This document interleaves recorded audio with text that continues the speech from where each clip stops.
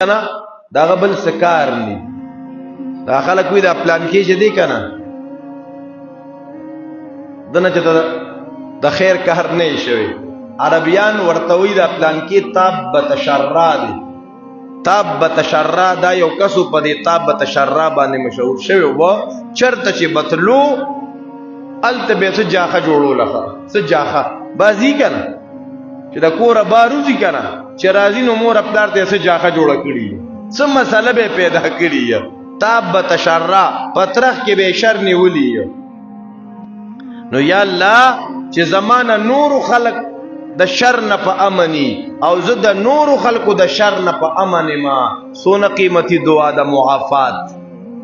چې ستانه بل چا تشر اون رسی دا بدترین انسان دی چې تانه بل انسان په اور کې ولاړی ها دا غنن زمون سوچونه دای د انسانانو چیرې زمانہ با دا بل مسلمان بسنګ پریشان کیږي دا بسنګ ز تنګوما دی بسنګ ز سپې موتراولم دا خو د انسانیت سوچ نه مړه دا خو د غوا میخي ګډي بيزینم ډیر ښکته سوچ دی دک ساروی وګورا انسانانو ته فایده ورکي دی خو په ورکي هغه فایو کې ډیر فواید دي دی خو دای په غوخو کې فواید دي دی خو دای په سرمن کې فایده ده مړاغي کغه لوی او دسماتي کینو پای کې خلکو ته فایده ده او ستانه خلکو ته شر رسیږي ته خو عجیب انسان یاره مو انسانیت پیژندل نه دی انسانیت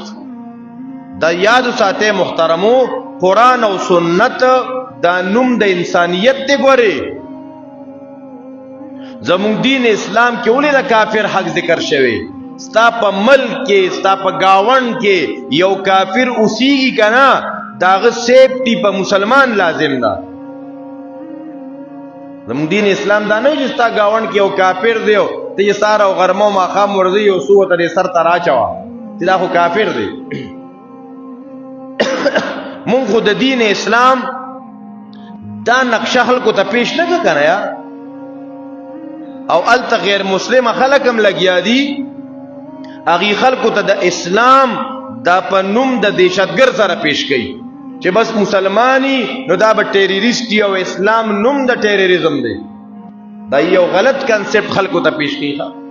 هغه دنیا ولیدو چې کوم خلکو دا نظریه پیش کوله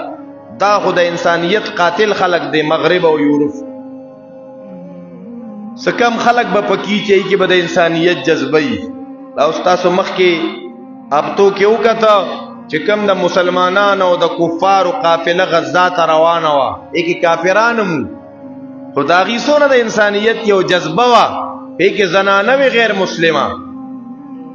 دا سه په انسانیت باندې روکي مینه د انسانیت خبره کوله د غزه د مسلمانانو خبره کوله دا چې ما او تا په تنهایی کې سوچ کوو دغه سوچ او فکر اصل کې د اسلام سوچ او فکر دی نو هغه خلکو ته بد ایمان او د اسلام دعا پکاري ښا نو دا معافات یو معنی ده ادا چې ماوتا د خپل شر نه نور څوک محفوظ پاتې شي او مونږ د بل چا د شر نه محفوظ پاتې شو دیتا معافات ویا د یو بل نه په امن کې د یو بل نه عفو عافیت د یو بل نه په عافیت کې د یو بل په حفاظت کې او نبی رسول الله والسلام فرمایم چې کامل مؤمن هغه دی چې د دنه بل مسلمان په اور کې نه ولاړ بلکې یو حدیث پاک کې راځي نبی